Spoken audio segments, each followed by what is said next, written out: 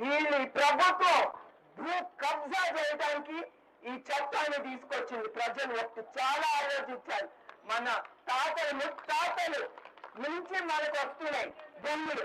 అదే కాకుండా మనం కష్టపడి మన భూములు మనం ఎన్నుకుంటే ఈ ప్రభుత్వం ఎవరు మన భూమిని తీసుకోవడానికి?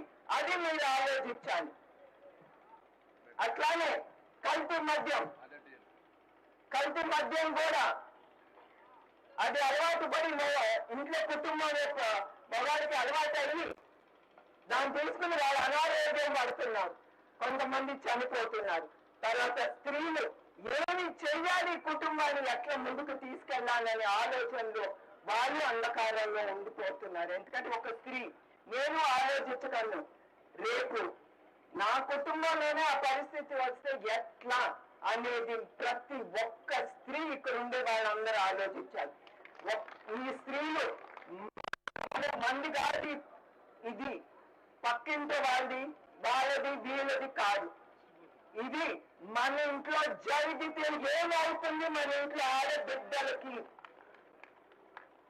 మన ఇంట్లో లెవెల్కి ఇది అలవాటు అవుతే పిల్లలకి గంజాయి కానీ ఈ కల్తీ మద్యం కానీ అలవాటు అవుతే మన కుటుంబం ఏమవుతుంది అనేది ప్రతి ఒక్కరు ఆలోచించాలని అని మీకు విజ్ఞప్తి చేస్తున్నాను.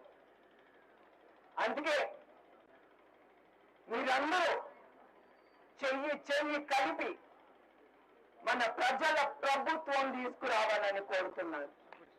తర్వాత ఇప్పుడు మైనారిటీలు ఉన్నారు, వాళ్ళందరికీ చంద్రబాబు నాయుడు గారు చాలా పథకాలు తీసుకురావటమే కాదు, ఈ ప్రభుత్వం లాగా కాదు. పథకాలు తీసుకురావటం మీరు ఒక్క ఛాన్స్ అని నెత్తి మీద చేయి పెట్టేసి మనల్ని ముంచేస్తున్నారు ప్రభుత్వం. కానీ చంద్రబాబు నాయుడు గారు అట్లా కాదు. ఆయన చాలా పథకాలు ప్రతి వర్గానికి తీసుకొచ్చారంటే అది అమలు చేశారు.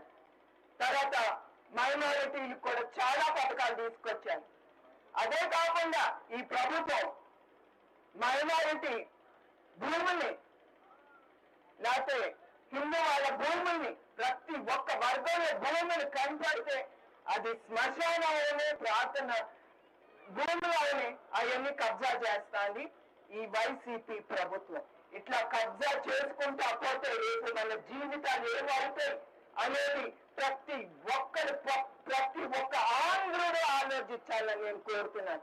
ఇది ఒట్టి చంద్రబాబు నాయుడు గారి బాధ్యత కాదు, ఇది మనందరి బాధ్యత. మన బాధ్యత తీసుకుని మనం ధైర్యంగా ముందుకెళ్ళి మనం ఓటేయాలని కోరుతున్నాను. ఇవాళ నేను ఇక్కడ చంద్రబాబు నాయుడు గారి భార్యగా కాదు, నేను ఇక్కడ నుంచి ఒక చాటి స్త్రీగా నేను ఇక్కడ మీకోసం నేను నిల్చుంటున్నాను. ఎందుకంటే మన స్త్రీలు మన కోసం, మన కుటుంబం కోసం మనం పోరాడాలని నేను కోరుతున్నాను. మనం ఏదో స్త్రీలు కదా బయటికి వెళ్తే ఏమవుతుంది? ఏమవ్వదు. 53 రోజులు బయటకు వచ్చి పోరాడింది చంద్రబాబు నాయుడు గారి కోసం స్త్రీలు.